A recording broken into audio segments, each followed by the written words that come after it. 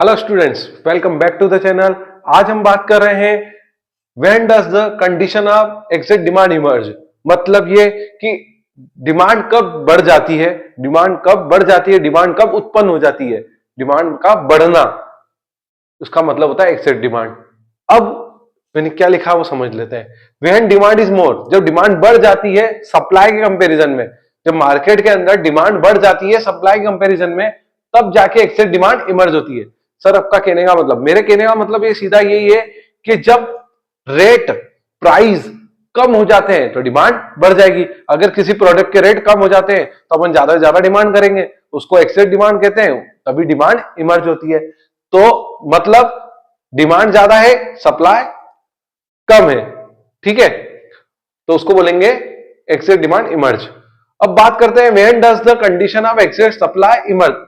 जैसे डिमांड बढ़ जाती है वैसे सप्लाई भी बढ़ जाती है। तो मतलब यही है कि जब सप्लाई ज्यादा हो जाती है डिमांड कम होती है, जब सप्लाई ज्यादा हो जाती है डिमांड कम होती है, उसको एक्सेस सप्लाई इमर्ज बोलेंगे। मैंने इसका अपोजिट ही लिखाया है। एक्सेस डिमांड में क्या होगा, डिमांड बढ़ेगी, और एक्सेस सप्लाई में क्या होगा, सप्लाई बढ़ेगी। Comparison of demand, comparison, comparison of supply, comparison of demand, तो उसको बोलेंगे अपन एक्सेस सप्लाई।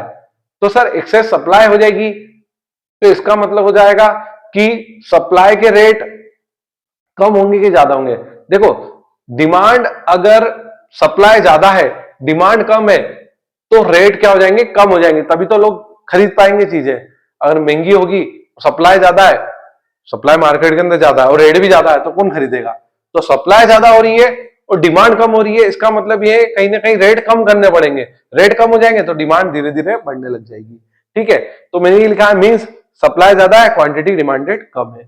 तो अच्छा क्वेश्चन है, एक बेसिक नॉलेज के लिए है, एमसीक्यूज में, सॉरी आपके वन वर्ड में आ सकता है या 2 नंबर में भी पूछ सकते हैं, तो आपके लिए बहुत बढ़िया क्वेश्चन है, ठीक है, देख लीजिए। और कोई क्यूरीज है तो आप बिल्कुल कमेंट कर सकते हैं। अगले वीडियो में अगले क्वेश्चन की बात करेंगे, ठीक है। तो thank you so much for watching this video.